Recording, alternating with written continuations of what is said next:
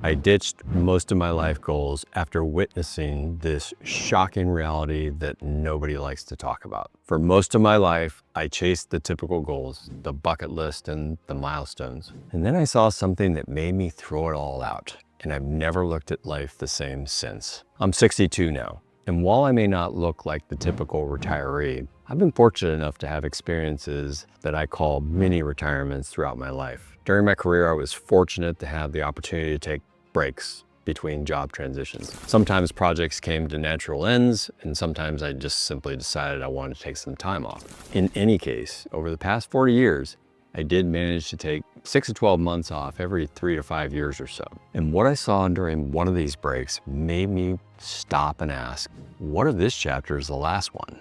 And that moment woke me up, and I started letting go of goals that I once thought defined me. If you've ever felt trapped by your own goals or to-do list, hit the like button, and that simple thumbs up helps more people discover this message and lets me know which topics really matter to you. After all, life's too short to chase goals that no longer serve us. Okay, so what are some of the life goals that I ditched? Well, number one, I stopped assuming there was more time.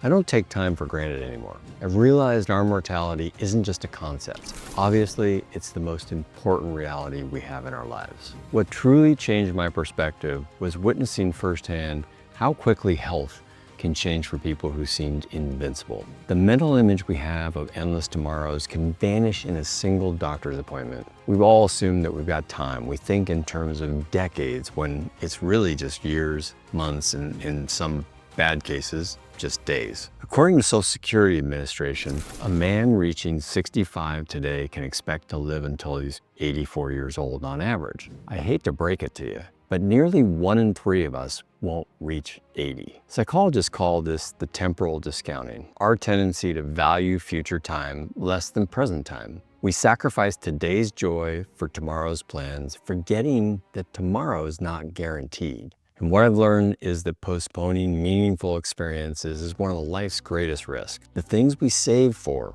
someday often never happen at all. We live like we've got decades left, but as I said before, sometimes it's only days. The second thing I realized, goals can become cages. I don't let outdated goals restrict my life anymore. I've learned to question the source of every should. After witnessing how quickly life can change, I took a hard look at my own list of goals, the 5-year plan, the 10-year plan, and I realized many of these aspirations were created by a younger version of myself that just no longer exists. The goals we set in our 30s often make little sense in our 40s, 50s, and definitely not in our 60s. Our values change, our priorities shift, our capabilities change. Yet we cling to these outdated aims as if they're some sort of sacred contracts, unable to see that we're the ones who wrote them in the first place. A psychologist named Dr. Tal Ben-Shahar calls this the arrival fallacy. The belief that when you arrive at a certain destination, you'll somehow miraculously be happy. But the research shows that goal achievement provides only a temporary boost in happiness before we return to our baseline. So my mini retirements gave me a perspective that most people don't get until full retirement, if then, if ever. Stepping away from the corporate world, free from the metrics and expectations, I could see how much of what I was chasing wasn't actually making me happier. At some point, you'll need to stop chasing and start choosing. You'll realize the cage door has been open all along. The third thing I ditched was that I embraced anti-goals instead. I don't add more obligations to my life anymore. I actually subtract what doesn't matter.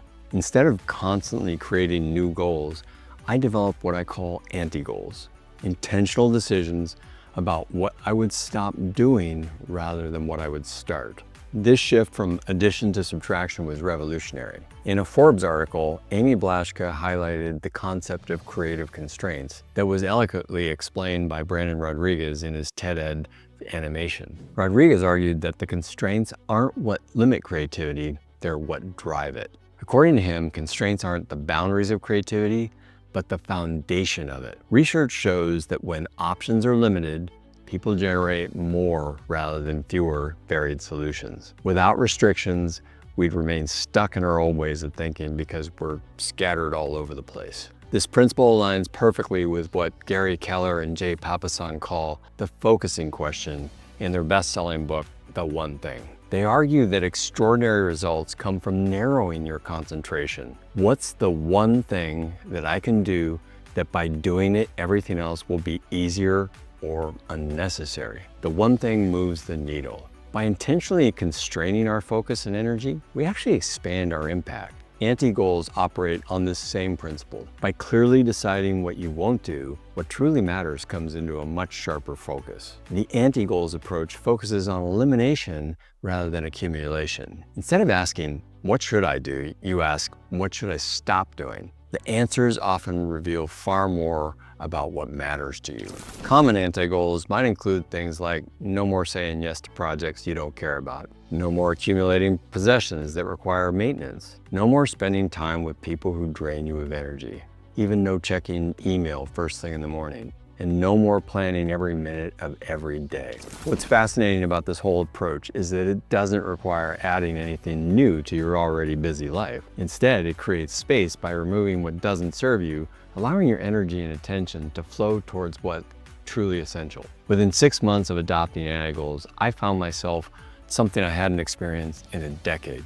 That was me. I'm curious, what's one thing you could stop doing that would create more space in your life? Share your anti-goal in the comments below. Sometimes just writing it down is the first step towards letting it go, and your insight might actually be what somebody else needs to hear.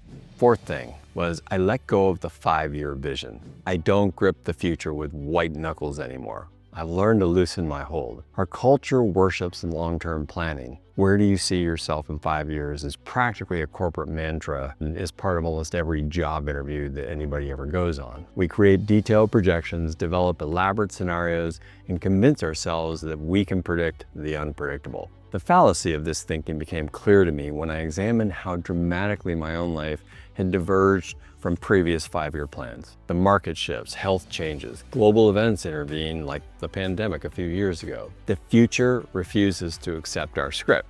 In one article I read, they said that too much information, like excessive planning, actually reduces our ability to adapt and enjoy life. They call it cognitive overload. Basically overthinking that diminishes joy, not being able to process and then act on what is planned. When we overplan, we activate the same thought process used for worry. The brain can't distinguish between helpful preparation and harmful rumination. Both create similar patterns of stress and anxiety. Now I plan differently. I set directions rather than destinations. I create flexible frameworks rather than rigid roadmaps. And I prepare without pretending that I can predict. Plans are guesses. Presence is power. And letting go of long-term planning doesn't create chaos. Rather, it creates the clarity about what matters right now. In short, being mindful. The fifth thing I ditched was I now choose moments over metrics. I don't measure success by numbers anymore. Life isn't a spreadsheet. In our achievement-oriented culture, we're conditioned to quantify everything. Income levels, retirement savings, steps walked, countries visited. Even our social connections become metrics through followers and likes. This quantification creates an illusion of control and comparison, but it fundamentally misses what creates genuine happiness and meaning. According to this article, people are terrible at predicting what makes us happy. We consistently overvalue achievements and undervalue experiences. The moments that ultimately matter most in our life are rarely the ones that we plan for or measure. They're the unexpected conversations that change your perspective, the chance encounters that lead to new friendships, the quiet moments of insight that shift your understanding. Experiential purchases create more lasting happiness than any material ones. Experiences become part of our identity in ways that possessions never can. The ability to attend to and appreciate positive experiences rather than constantly pursuing new achievements. This capacity to savor is actually a skill that can be developed. It means slowing down enough to notice the texture of your experiences, the warmth of sunlight on your face, the genuine connection in a conversation, the satisfaction of creating something meaningful. A concept is cleverly named savoring. When we're constantly focused on the next goal or achievement, we miss the richness of what's already present right there in front of us.